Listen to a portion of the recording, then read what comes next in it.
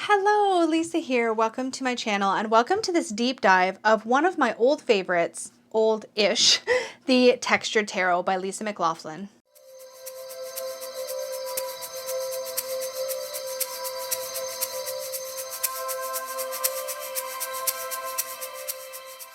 Oh my goodness. Okay, so I'm actually really excited to do this video because I have loved this deck for a long time.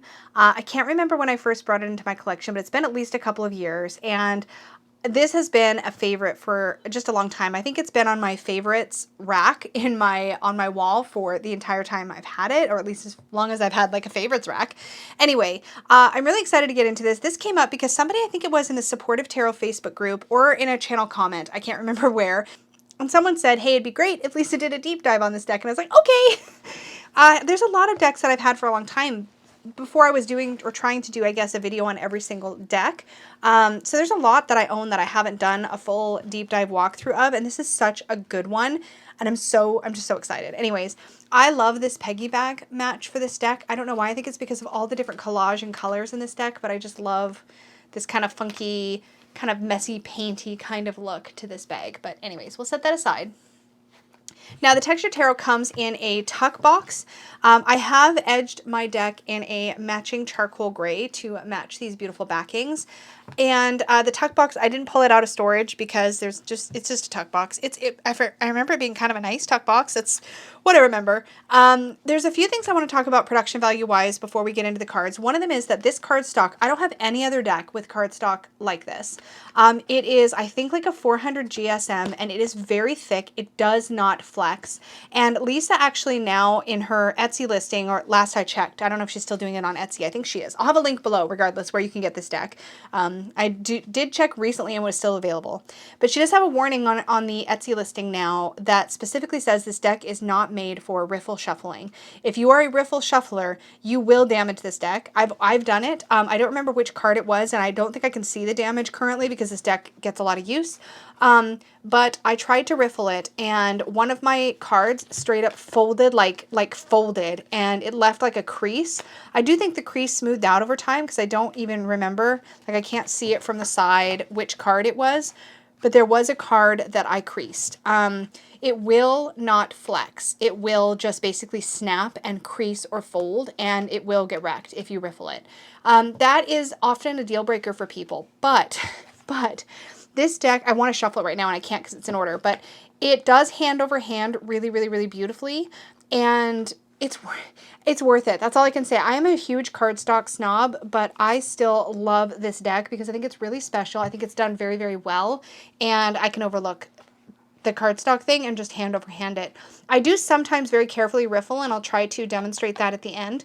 But just be aware. It does feel a little bit chunky and a little bit thick. If you have small hands, I have fairly large hands, and I can easily, actually no, I can't very easily get my hands around the cards this way. Like I have to stretch, and I do feel like I have big hands. So if you have big hands, you will probably be hand over handing the deck this direction. So holding it this way and bringing the cards over that direction, because it is a fairly chunky deck, but it is standard tarot size. Okay, that is the production value stuff I have to babble about. The little guidebook that comes with this deck, to be honest, I literally can't remember how good it is or not, because I just don't use it very often. And it's not because I don't like the guidebook, it's because I'm so bonded with this deck and the imagery in this deck that I just don't find myself reaching for the little guidebook. But you do get a full page of kind of keywords, I guess. It looks like yeah, it's pretty much like a list of keywords for every card and some information on the number and what that number represents. So there's a numerological element to this deck. But I just really love Lisa McLaughlin's art style. I love the collage feel of this deck and the way it's done. It's just really beautiful. You do get a lot of texture and depth in the artwork. But let's proceed to deep dive through this gorgeous, gorgeous deck. So let's bring it in nice and close and out just a bit in case you expand out onto a device with a different orientation than my screen. But let's get into it. So we begin with the Fool. And one of the things I love about this particular Fool is we see this sort of dummy in the background. It looks like one of those figures that you use when you're an artist and you want to pose to get the proportions right for drawing. I'm not a drawer, but that's what I think those are for. What's interesting to me about that being in the background is it kind of feels like our Fool has broken free of the mold in a way. Like it reminds me of like if this was a puppet that you've cut your own strings and you're now free. That's kind of the feeling I get from that stationary model in the background. And here we have sort of the hint of a white beast or dog here. So we still have that nod to the little guide in the Rider-Waite-Smith. Our fool is still holding has a stick here with a satchel and the white rose to represent purity. But what I really love about this is that the fool seems to be leaping from the known, which is represented, I think, by this side of the artwork, into this void of the unknown. And if you look very closely at this artwork, there's these like masks. And that to me really is interesting because it kind of speaks to all the different faces the fool will wear, all the different masks that they will learn to put on to move through society. It's kind of like, as of yet, they're just like a blank slate, and they're going to not be a blank slate for long. And I just think that's really interesting. Our magician here at the table, I love this. I love that we still have the table with all 4 suit symbols represented on that table. We have our flowers represented, the red and the white flowers, the white lilies, and I believe these are poppies. I could be wrong about that. They might be meant to be roses or something. I'm really bad at remembering the flower associations. We still have the lemniscate in the top hat here. So we have the as above and so below in the body positioning. All of our traditional symbols are here, but I love this little card peeking out of the pocket here. To me, that's like very much a nod to the sleight of hand, and sometimes our magician is distracting us while they're pulling a number over on us, right? That's the, I think, more traditional way to look at the magician, is that sort of street performer energy that we get from Marseille traditions and more historical tarot traditions. But I just love that there's a lot of personality here. There's this big magician's top hat. We've got the wand in the hand. There's that idea of manifesting and pulling down, but that little playing card tucked into the pocket just reminds us that the magician doesn't always play fair, which is really, I think, a good thing to remember about the history of this card and also the different layers it can represent. The High Priestess. This is one of my favorite High Priestesses of all time. I absolutely love the way that she is sort of semi-veiled here with a dark veil and a light veil. And it's this image in particular. Back in, oh gosh, I want to say 2019 or 2018 maybe, I did a video where I created a chakra, sort of a guided meditation that it pulls inspiration from the chakras, but also it takes you through all 7 of your chakras, but it specifically aligns each chakra with one of the cards from the major arcana. And in one of the chakras, you move into the domain or the room of the High Priestess. And this mental image of these veils or these black and white curtains is the image I have in my head. So if you, when I wrote the script for that guided meditation. So if you ever check that out, and I'll try to remember to link it in the description box down below. It's an old video, but I'm really proud of it. It was one of the fanciest editing things I'd done at the time, and it took forever.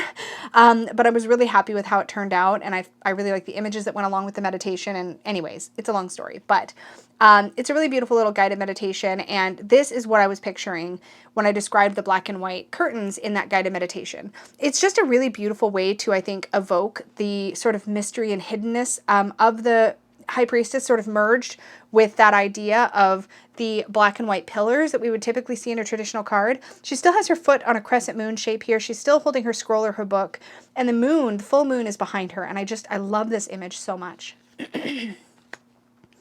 This Empress is super lovely. I love all the flowers. I love the garden feel, the stream.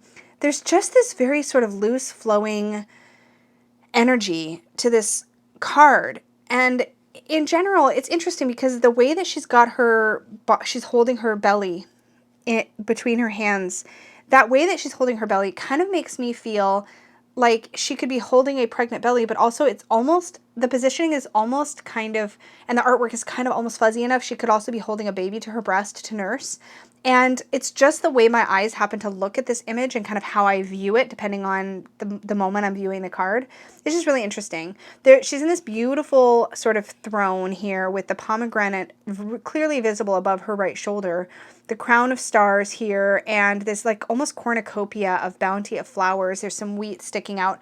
Again, this deck stays very true to traditional symbology, but it's just done in this really lovely way that I'm so attached to. I love this Emperor. I love the structure. I love how he's leaning forward and kind of ready for action. He's holding the sphere of power. He has the Ankh. Behind him, there's almost like what looks to be a chessboard or a checkerboard, which I really enjoy the look of. I also love how sort of solid and firm and strong his throne is. It really speaks to me of the stability of the emperor and what he represents. But I think the thing that my eyes always go to the quickest in this card is the bookshelves that are built into his throne. It's like a reminder that his power comes from knowledge and having sort of built up knowledge over time. Like he's not afraid to learn. And I think that's a really cool quality for an emperor card. And it's just something that constantly my mind goes back to again and again. We still have the rams on the decorating the throne. All of our traditional symbology is present here, which I am so pleased about.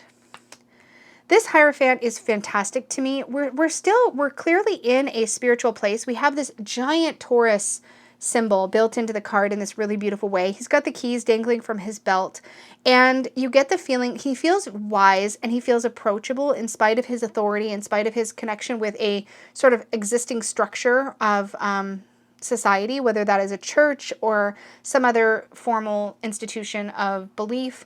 He feels less popey in a way that I really like, but he also feels kind of non-denominational, which I also really enjoy. So lovely Hierophant.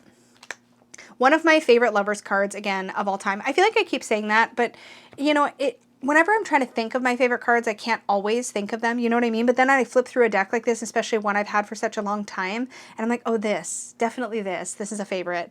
And this is, to me, it's all about the posture. Both of our figures are facing the same direction, which has a lot of meaning and I think is really helpful. But more than that, one of the things I'm drawn to is specifically the way that her partner has wrapped his arms all the way around her from behind that way. It feels very protective and secure, but she's also engaged. She's got her arm wrapped around behind his head. It's very intimate, but it's also very connected and comfortable and bonded in a way that feels like it's definitely not short term. And because I look at lovers as the lovers card as representing long-term commitments and bonds, the choices that we make and the ways that we are connected to them, this just really works for that. But it's one of the most romantic lovers cards I think I've ever seen. I really like the one in Poppy Palin's Everyday Enchantments tarot as well, but this is one of my favorites. The Chariot card. I like that the chariot is almost the idea of a chariot. The wheels are almost completely transparent, and we're almost on water here. At least that's what I see, and I think it's because I know that the Chariot card is associated with my sun sign of Cancer, and that is a watery kind of card. It's as if the chariot is gliding across and kind of pulling energy along with it to create these wheels. I just really think this is a cool looking card. But again, I feel like all the symbols I need are definitely here.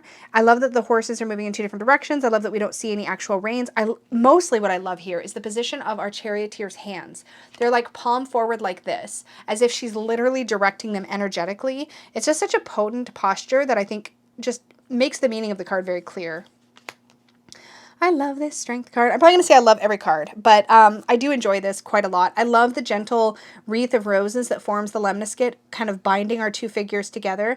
I love how delicately she's dressed with her white gloves and her gentle gown here, and like the way that she's just nonchalantly, just like not even looking. She's looking to the side. She's absolutely confident that she can reach into this lion's mouth and it's going to be fine, as if she's like gently wiping each individual tooth in this lion's mouth, and the lion's like, yeah, okay, he hasn't lost his ferocity in this image, and yet they're working in harmony with one another. It's a really beautiful image.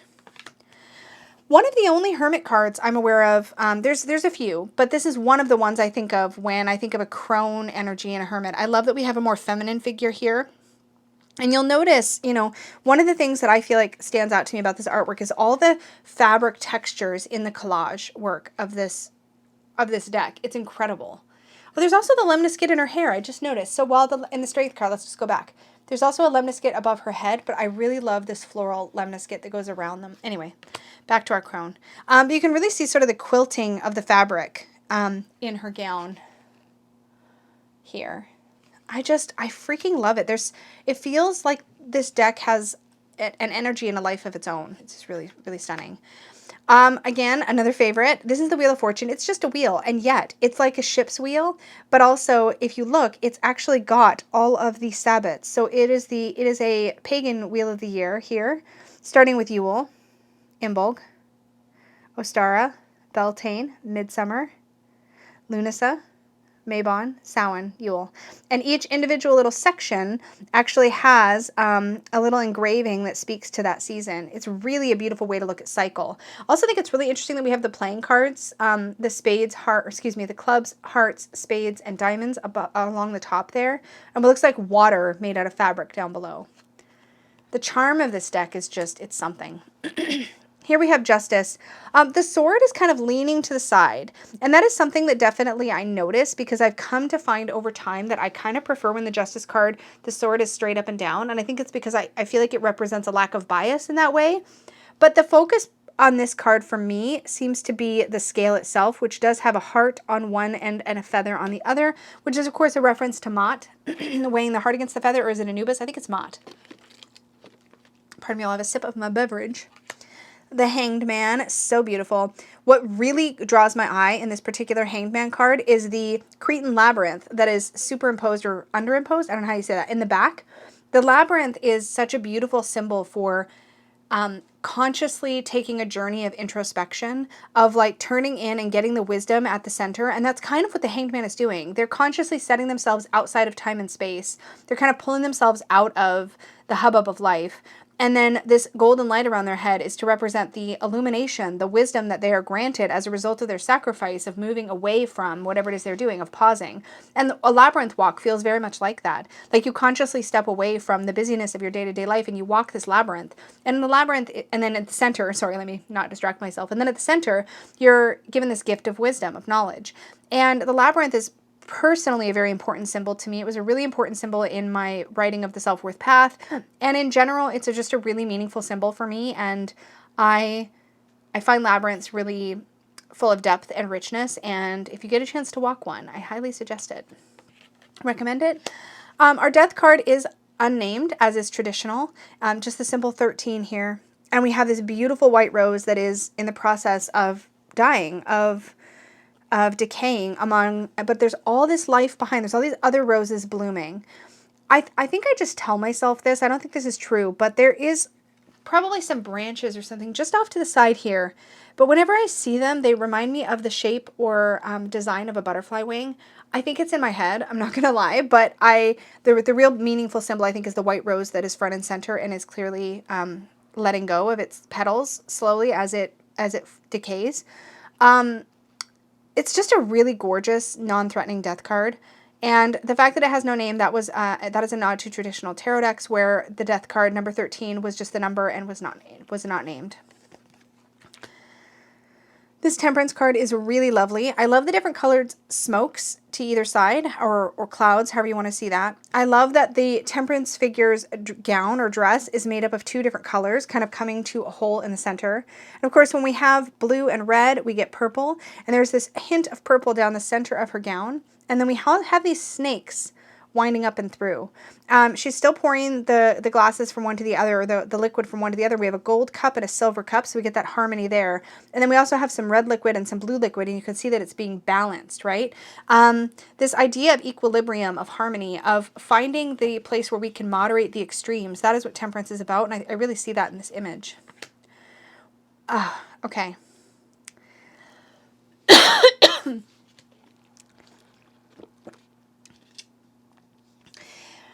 This devil card and the devil card from the Tildwick Tarot are among my favorite devils of all time for this exact reason. They both show this kind of mantle and a mirror. I see it as a mirror. It could be seen as a portrait. There's a goat in the portrait in this case, or in the mirror. I see this as a mirror. And often the devil is calling us to look at how we have look at ourselves, look at our own shadow, look at our own difficulties.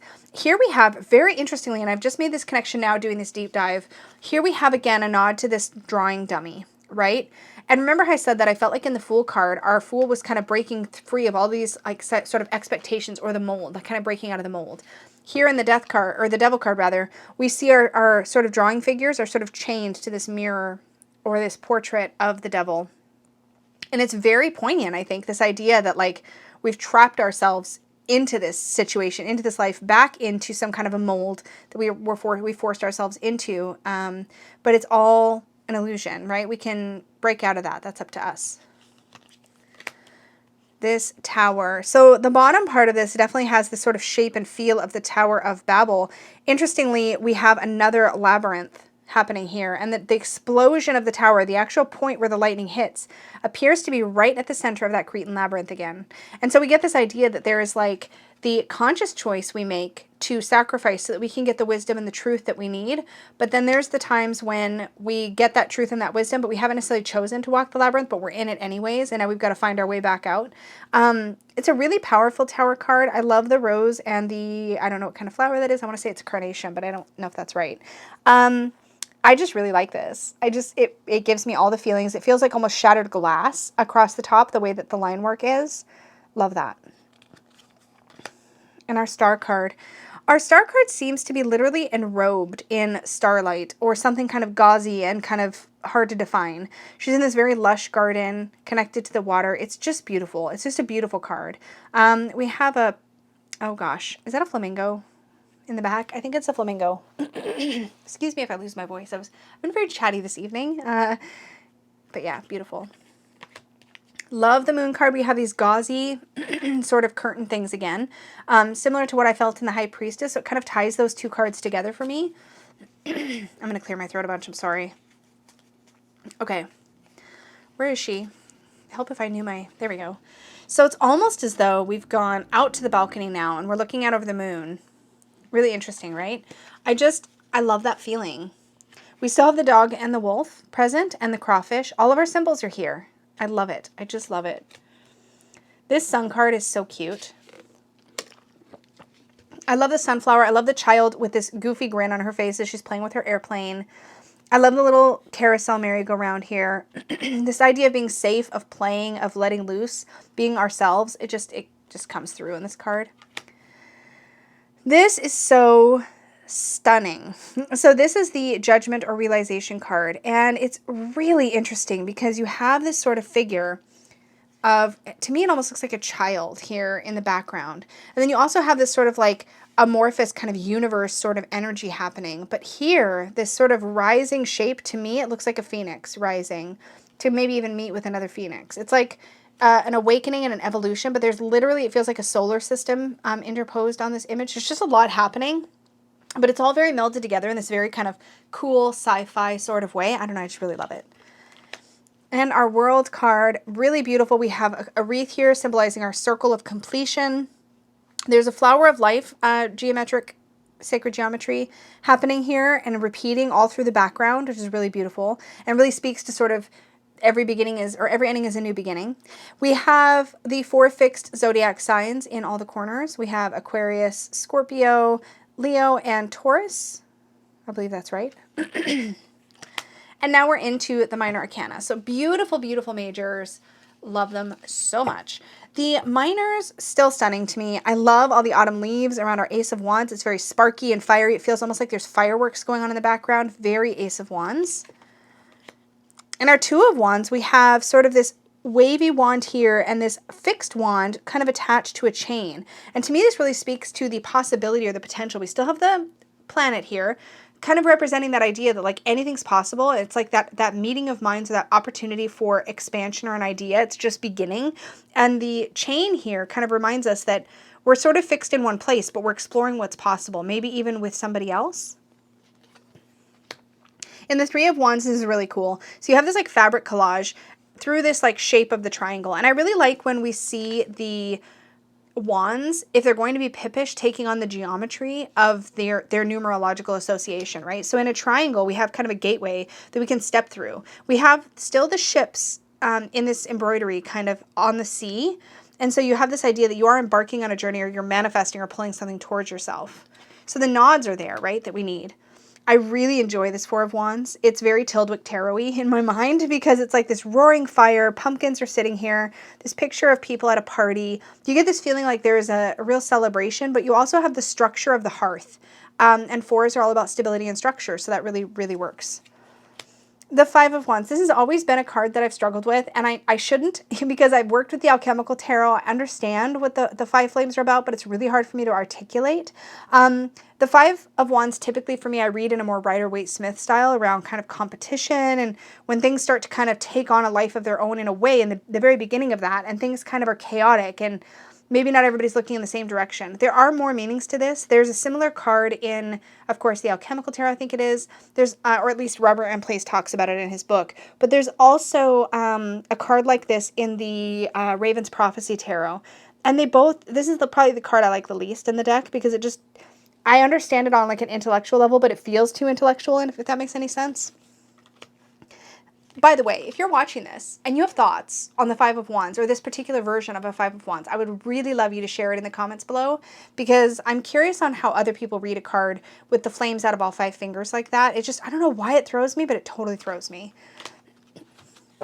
Our Six of Wands, we have our laurel wreath on top of these six wands kind of tied together with a bow. Very much that idea of recognition or success. The Seven of Wands, all these other wands are kind of shadowing this very strong wand in the center with this burst into flame, really, really big. And you get this feeling like this person has had enough. Like if you look at the faces in the background, it's like they're screaming, like they're just like, they're like exploding, like somebody who's bottled up all their emotions and now they're freaking out. It's kind of what that makes me think of. And of course, our Eight of Wands, very Rider-Waite-Smith with our 8 wands streaking across the sky. This Nine of Wands feels really, really intense and like he's just like so tired and so worn, but he's still fighting. And then we have the 10 of Wands. I love she's in her Ugg boots. It just cracks me up. But we have somebody really struggling. She's trying to go up the stairs, but she's really weighed down by all these wands. And you can see that the stairs continue to go up and up and up. So there's quite a long journey ahead of her still. I really like that card. I think it really hits home. It does the job. The courts in this deck I find very, very expressive, and they really brought the court cards to life for me in a lot of ways. This Page of Wands I think is so gorgeous. We have our figure here, very boho kind of feeling. She's playing the violin. She seems very lost in the music. She's happy. This feels very creatively inspired and makes so much sense to me for the Page of Wands. This Knight of Wands has always felt a little goofy to me, but in a way that I kind of get it. Like the Knight of Wands can be a lot. Like he can be intense. This spear here going forward has always felt a little bit on the phallic side for me. I'm not going to lie. But mostly what I feel is just a lot. Like it feels like a lot of Leo energy in this card with the lion and all the yellow and the solar. And I think that's the intent, right? But it's just, it's a lot. His shoes even flown off. He's just like he's in it, right? His hair seems like it's turning into like bees or leaves or something happening there. This Queen of Wands is gorgeous. I love her. I love her like sort of bell-bottomy kind of pants and the big sunflower right at the solar plexus, which makes so much sense to me. And then this little black cat peeking out from behind the flowers. It's just, there's so much personality in the court cards in this deck. Our King of Wands, I really love him. He feels very, again, he's also got a very Leo-y energy. And I don't really work with like the astrological signs in the courts necessarily, but the courts feel like their suit, right? They feel fiery. And I guess I should have addressed, and I will in a moment, the color theme of each suit, because there definitely is one. But back to our king. I love this sort of fiery Ouroboros behind his head. I love that he's like, he feels very like, kind of gender bending in a way that I think is really cool for the King of Wands and makes so much sense. I don't know if I can properly articulate it, but I definitely feel it. And actually, let's talk about the color for a moment. So let me grab the rest of my wands and I'll just show you. So the wand suit has a very distinct sort of yellowy kind of feeling all throughout it. You get a lot more balance when you get into the quartz, where you get this kind of like a lot of yellow in like the landscape and the lower half of the card, and then this like blue sky above. So you get more of a balance, but this big ball of fire behind the King of Wands, like he's a lot, he's intense. And then in the cups, of course, we get these beautiful blues. I love this Ace of Cups. I think it's so gorgeous. I love how just watery and gushy, like a big fountain it is. I just love that. I love the overflow. It just, to me, is very Ace of Cups. It's exactly how I see this card. In the Two of Cups, we have all of these different sort of connections, right? We have these silhouettes of faces here. And they could be any combination, any gender. You could see polyamory in this card, which could be really cool. You could see multiple different connections between people. As an intuitive reader, I just feel like this gives me a lot to play with, and I enjoy that. And I've always really, really enjoyed this Three of Cups. They remind me of like synchronized swimmers. I don't know if they're meant to be. I think they are just like dancing, but they look like they're in sort of vintage full coverage swimsuits. There's these 3 cups in the front. We can tell that these are 3 girls or 3 feminine type figures that are all bonded to one another, but yet have very different sort of styles and shapes to their bodies. I just love it. The ennui in this 4 of Cups is so great. It's so great. We still have the tree behind. It's just the trunk of the tree, all made in like these fabrics and this quilting, right? So beautiful. And this 5 of Cups has often hit me as well. There's just a lot of sadness and this sort of zoomed in look at the eye. But I've also always appreciated that there are 3 cups turned upside down and 2 up right side up. This reminder that there is something that remains, but it's over here. Her eyes are on the spilled cups over on this side of the card, right? But really, if she were to just, and her eye is closed on the side with the 2 remaining cups. So you really get that feeling of the 5 of Cups in this card. The 6 of Cups, swimming underwater with a dolphin. Like, it's the playfulness and joy in this card is so perfect. The 7 of Cups, I've always loved this image. So the 7 of Cups is a house of cards.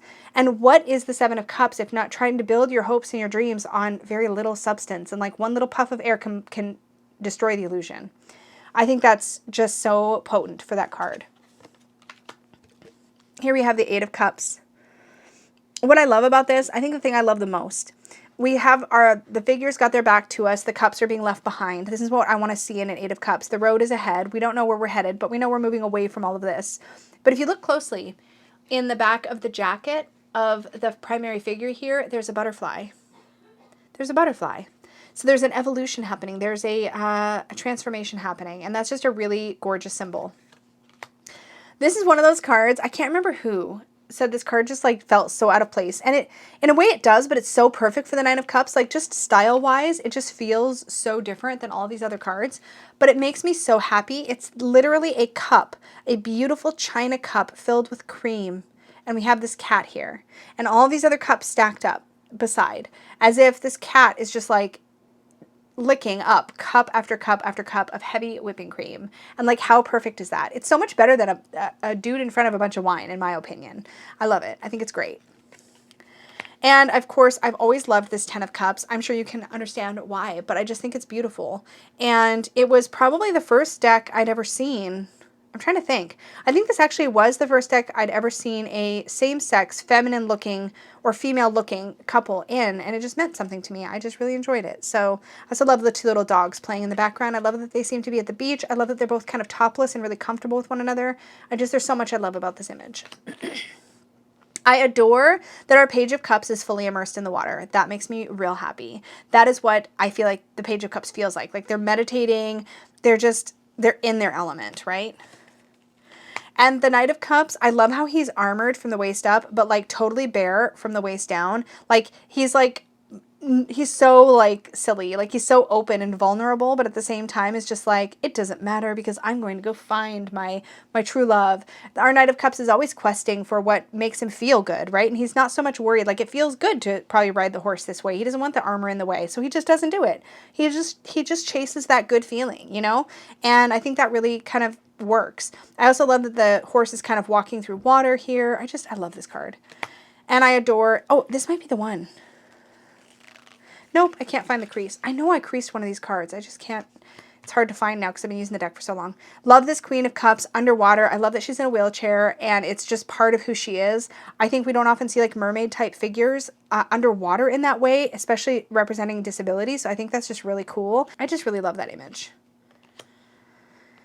Our King of Cups, he is so, again, the chords just come to life in this deck. And this King of Cups feels like he's literally sitting on a dock at the water, and he's just super approachable. Like you could just go sit in front of him and talk about your problems. He just feels really King of Cupsy to me. I don't know how else to say it.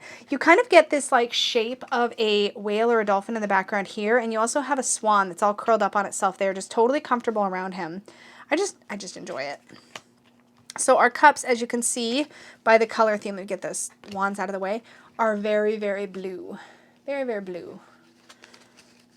And now we're on to our swords. Now the swords are blue as well, but they're a different kind of shade of blue. So I guess I should say that the cups are kind of green when you compare color-wise, right? We kind of go into more of a greeny sort of sea green here, and then we go into this like clear blue sky kind of blue. Here's our Ace of Swords, the sword among the clouds. Man, I'm going to lose my voice. Okay, I love this because here's somebody who is eyes closed. The package is in front of them. The swords are crossed, but it's like, I don't want to know. Like, I just don't want to know what's in there. It's like you don't want to decide because you don't want to have to deal with the consequences. And until you open the package, you won't really know. Until you decide to open it or not, you're never going to know, right? Our Three of Swords here. This one's a really intense one. You can tell like she's been stabbed or whatever.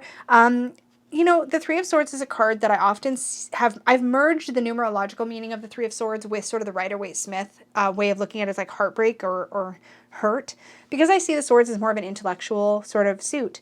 I see the Three of Swords as a learning card, as a growth card, because of course in the threes we're typically growing and expanding, but we often learn lessons the hard way. We don't always learn them the easy way. So sometimes we're learning through pain, we're learning through difficulty, and that's kind of how I typically will see the Three of Swords. So I don't mind that it has the stabby thing going on in it, or the three swords stabbing the heart. But I really love how emotive this card is. It really brings that message home.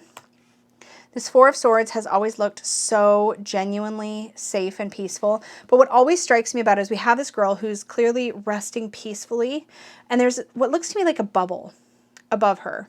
And above that, this storm is raging. But she's safe and comfortable in her bed.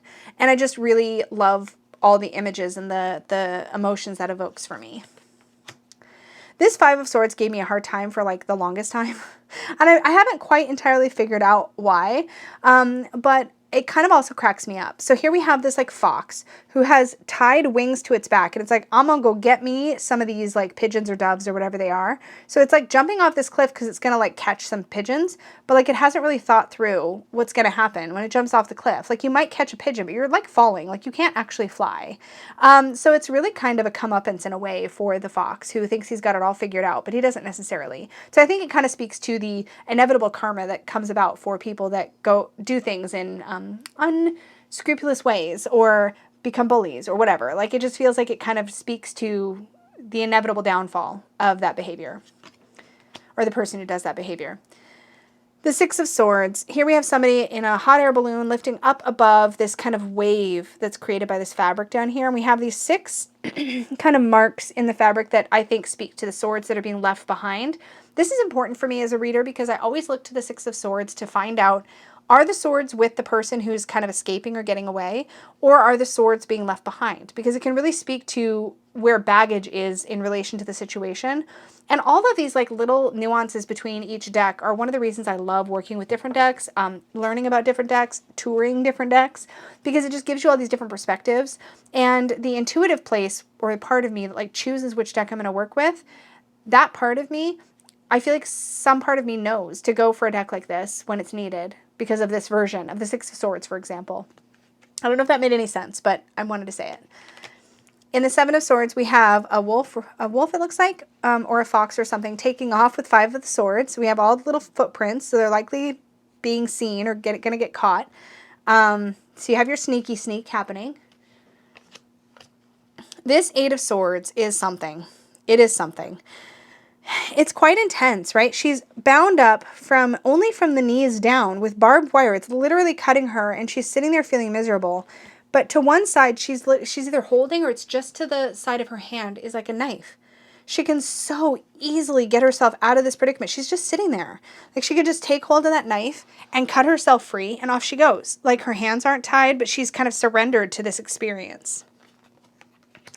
This Nine of Swords. She's wrapped up in almost what looks like the universe. I just think that's really potent. And these kind of shadowy claws are reaching for her, but it's just a shadow. There's nothing actually happening here, which is something I like to see in the Nine of Swords, since it often speaks to like what's happening in our minds and anxieties and worries that we can't necessarily, something bad isn't necessarily actually happening, but like we're feeling that fear. and the Ten of Swords. This person looks like they've laid their head down on their desk and they're like, I can't, I'm just done, right? Like it's rough. So the swords here feel very metaphorical more than they feel literal. Even though they're clearly piercing this figure, it feels mental to me because of the positioning of his body and his head kind of at a desk. It feels more intellectual as a concept as opposed to just being graphic and violent, but it does work. Oh, okay.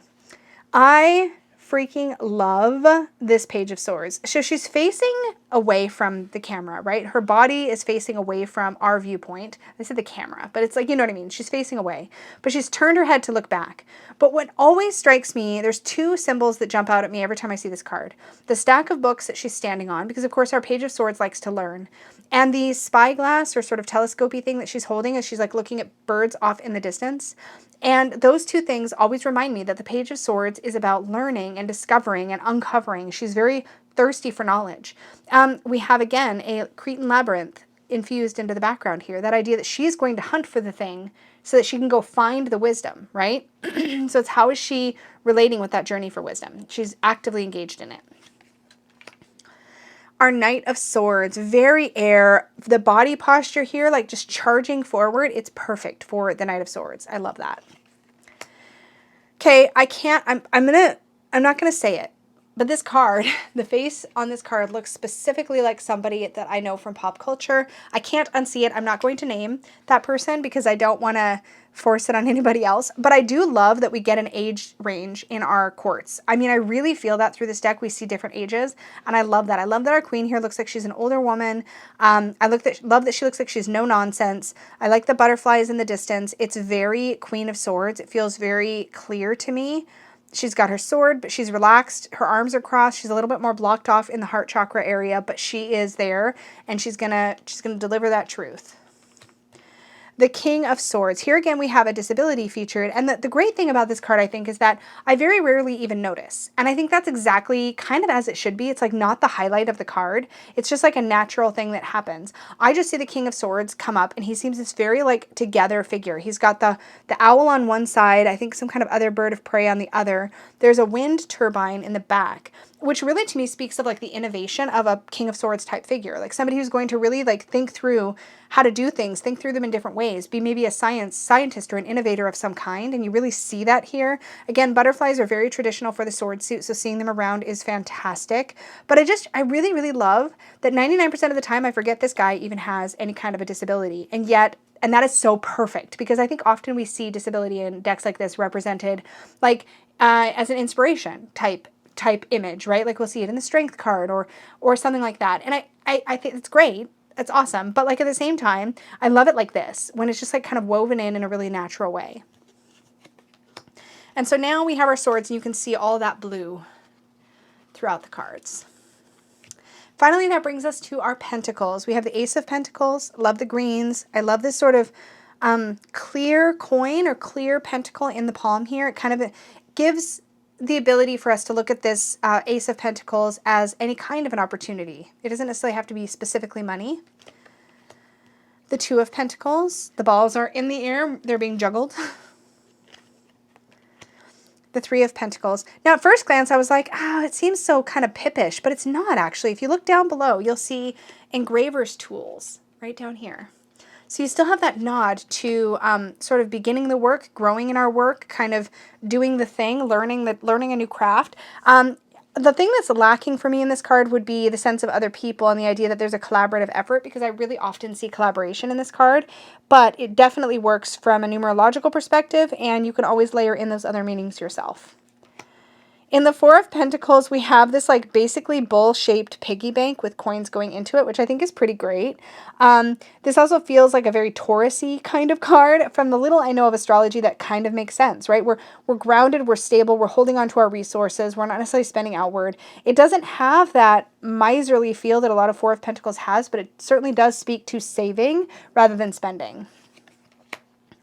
And this Five of Pentacles is, again, another card that I always have really loved for its ingenuity. Here we have a figure in the foreground who seems kind of downtrodden, and there's all these holes in him.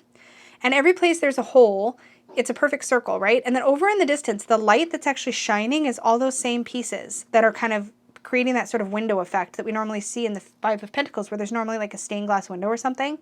And the idea is that he feels like he's got holes in him, like he's missing something that he needs. But what he needs is right there. He can just go get it. Like it's still there. It's still very traditional in its interpretation, in my opinion. But you can also read it a number of ways. But it just feels very potent how when we're in a position of lack, or when we're feeling like we're, you know, at a low point, especially materially or financially, we can literally feel like there's just, we don't have enough. And it just really kind of, it gives me that feeling. This is, again, another really fantastic representation of the Six of Pentacles, in my opinion. I think it's incredibly clear. We have two people, each on either side of a scale, right? And each one is holding their sort of apron open. And we don't know if they're both receiving, if one's giving and the other one's receiving, but the resources are clearly being balanced between them in some way. What I like about this is it's clear that it's about reciprocity and not so much about charity, because I think the charity interpretation of the Six of Pentacles can be a little bit limiting. So I really like that this shows give and take, right? And we don't know who's doing the giving and who's doing the taking, or how it's all being balanced out. So it gives you room for interpretation as a reader, which I enjoy. This is so great. Okay, so the Seven of Pentacles, he's clearly a painter. In the back, we have a sort of image of a palette and the brushes and things like that. And then here we have all of these 7 paintings, each with a pentacle on it. So you have that numerological representation on the card. But our painter is kind of looking at his body of work and like assessing it. And that's kind of what a Seven of Pentacles is. It's like, what is the work that I've put in and where is it taking me? Like, what's next? What do I do? Like, does this, you know, how is this going to go? Maybe he's getting ready for an art show and he's like, I don't know how it's going to be received. I don't know if any of these pieces are actually going to sell, but I've done this work. I have this body of work. What now? And that's very much the turning point that I feel like the Seven of Pentacles often shows. I love it. I so love the meditation kind of stance of our figure here in the Eight of Pentacles. I love how she's surrounded by opulence, but she is in a meditation posture with her hands, her thumbs against her heart center, with her eyes closed. She's content not because of her wealth, right? She's existing with her wealth, with what she's built up for herself, but it's about more than that. There's a contentedness and a peace in this card that I think is really beautiful. It's interesting because in the 8, we're often refining our work, right? We're improving ourselves. We're repeating the same things over and over again, and we're getting better. And instead what we see here almost is somebody who's, okay, well, I've figured out the money piece. Now I'm working on myself, which is kind of a different way to look at this card. It's like, okay, I've got the outside stuff sorted. Now I need to sort the inside stuff. And you don't often see that in a Pentacles card, but I love that it's in this one. And then in the Nine of Pentacles, we have that more sense of like really opulence and luxury and enjoying that luxury and opulence that we have worked hard for. And then in our 10 of Pentacles, we have 10 Pentacles kind of lined up here. We have this building, which I think represents the stability we have in this 10 of Pentacles. But what I like the most is we have this big sort of tree made out of fabric, obviously, in this sort of up here. And all of the roots are kind of connecting to this house. Because one of my favorite keywords for 10 of Pentacles is like legacy, or like what are we leaving behind? How have we built up the kind of security that's going to last through generations? And that tree with the roots going down onto the house kind of speaks to like, you know, a heritage or a family home that's going to be passed on. The kind of like long-standing stability that we often are striving for in the Pentacle suit. Our Page of Pentacles, I love her. She's so grounded. Her nose is in a book as opposed to like out on an adventure. It's very Page of Pentacles. I love this. Our Page of Pentacles and our Page of Swords to me are both kind of really great students in general, but our pages are always trying to learn something. But in the Page of Pentacles, I get a very personality imprint, I guess, from this image. It's like, oh, I know who the Page of Pentacles is. I got that. I've been that person before. I've known people like that in my life. I totally get it. And I love that she's like close to home. She's just on her front steps. She's not straying too far. Like, it's not about adventure. It's about just like, yeah, I love it. Nine of Pentacles, on the other hand, is plowing the fields, like very hard at work, like definitely somebody who's responsible and tending to their responsibilities regularly, somebody to be admired and looked up to for their stability and groundedness. I adore that our Queen of Pentacles is working pottery.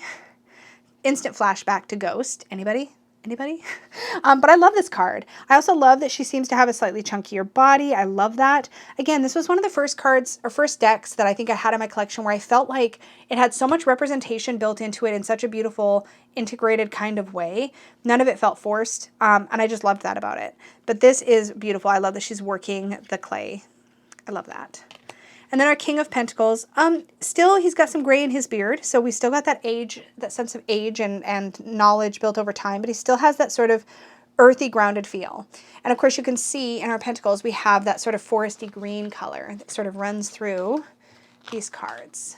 So if I open up, if I zoom us back out again, and I sort of spread the cards out, you can really see after we get past the majors, we've got the yellow for the wands, that green for the cups, the blue of the swords, and then that deep kind of olivey green of the pentacles. And it's just beautiful. So I'm going to show you kind of what my shuffle experience is like if I try to riffle, because it's more of a drop riffle than a proper riffle. This is the only way I've been able to safely kind of riffle the cards. Very little flex and mostly just dropping and letting them fall. I don't try to bend them.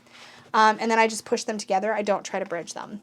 Again, they are a little bit slippy. They don't feel overly glossy. They might seem like it when you first get the deck. I can't honestly remember. Let me see if I can get the light to catch them so you can see the sheen. But mine are kind of more broken in. But because they've got this kind of like thick, unbendy cardstock and they've got a little bit of slip to the surface of the cards, they do hand over hand really, really, really beautifully. You can pretty much just kind of shoot the cards out between your hands, which is really, really lovely. And I'm going to try one more little. You can get a little bit of flex, but again, I would not recommend. And I would definitely say if you must do this kind of shuffling, practice very, very gently with this deck. And if you're the type of person that can kind of go side to side and just kind of let the cards drop, they kind of clump for me when I do that, you see? That might be the better route for you. So that, my friends, is the Textured Tarot. I hope you enjoyed this deep dive. I love this deck. I reach for it all the time, and I always recommend it. I shouldn't say always. I don't always think of it because I often think of newer decks, but it is such a beautiful, wonderful deck. And considering I bought this years ago and it's still in print, I think that's amazing. I would love to see this deck get picked up for mass market publishing if Lisa was ever open to that. I think that this would be a really, really beautiful one to see. If anything, just in a bendier cardstock. I would love to have this deck in a deck I could shuffle like the way that I like to shuffle. But I will say I haven't really had any major issues that I've noticed with chipping of the cards. So they do seem to be pretty sturdy. Now I don't know if I've better protected them by edging them. And I will say my edging on this deck did bleed into the corners of the cards a little bit. So if you don't like bleeding, be very careful when you edge the deck and maybe test it if you can. I don't remember if there was an extra card you could test it on, but I don't know. There was some bleed though. So I feel like kind of like, if I remember right, it's like the paper kind of sucked the ink in. So it wasn't like it bled even on the top of the card stock or like wrapped around. It's like it kind of sucked in. So that kind of bleeding is what I mean. So be mindful if you do choose to edge them. I do love how mine look with this kind of gray on the edges. But anyways, okay, enough babbling about the Textured Tarot. I hope you enjoyed this video. I'm not entirely sure when it's going to go up on the channel, but I just had to share it. And oops, when I saw that comment about a deep dive on this deck, I was like, yes, this would be so much fun to do. So that is the Textured Tarot by Lisa McLaughlin Art.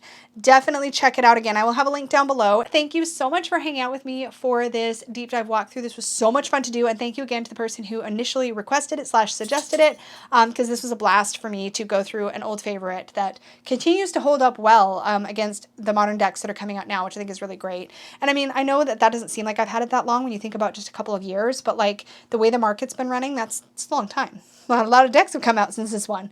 So anyways, thank you so much for joining me. Please do remember, if you enjoyed it or got value out of it, to like this video, subscribe if you're new here and you want to see more content like this, and don't forget to click the notification bell so that you are notified of all my future videos and my occasional live streams. As always, if you want to check out Unicorn Fam channel membership, we do a lot of fun things in there as well. It is in addition to my regular content. There's a join link in the description box down below next to the subscribe button that you can check out if you want to learn more. And I think that's all I got for now. Thank you all so much, and may your magic always shine from the inside out. Bye, guys.